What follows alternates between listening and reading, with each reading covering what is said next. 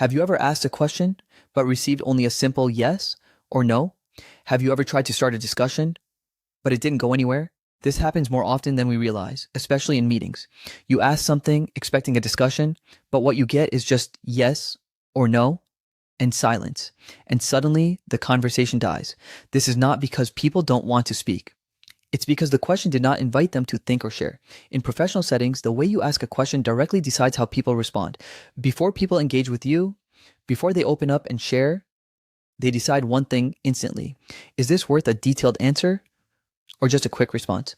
Before anyone answers your question, their mind quickly evaluates something. Is this question worth thinking about, or can I just give a quick reply and move on? This decision happens in seconds, and that is why some people get detailed insights, while others get one-word answers, and that decision happens in the way you ask the question. Remember, the quality of answers you get is decided by the quality of questions you ask, so the real shift is not in the answer. The shift is in the question. If you improve your questions, your conversations automatically improve. And when conversations improve, your visibility and impact increase. This is one principle you should always remember in your career. Look at these questions carefully. These are not wrong questions. In fact, many of us ask similar questions in meetings because it feels polite and safe. But these questions are not incorrect. They're ineffective. Why?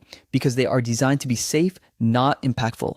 In many workplaces, people hesitate to sound direct, so they soften their questions too much. And in that process, they lose clarity and influence. Hi, if you don't mind, is it really important to talk to every customer? Excuse me, a small question. Do you think this will work? Sorry to ask this. Can we make it more impactful somehow? Notice the pattern here. Too many fillers, hesitation, and indirect phrasing. When you start like this, you reduce the weight of your question.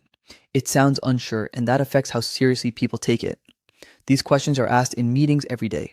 They sound polite, but they limit the conversation. They push for a yes or no answer instead of insight. This is the key problem. Politeness is good, but over-politeness reduces impact. Instead of opening discussion, these questions close it.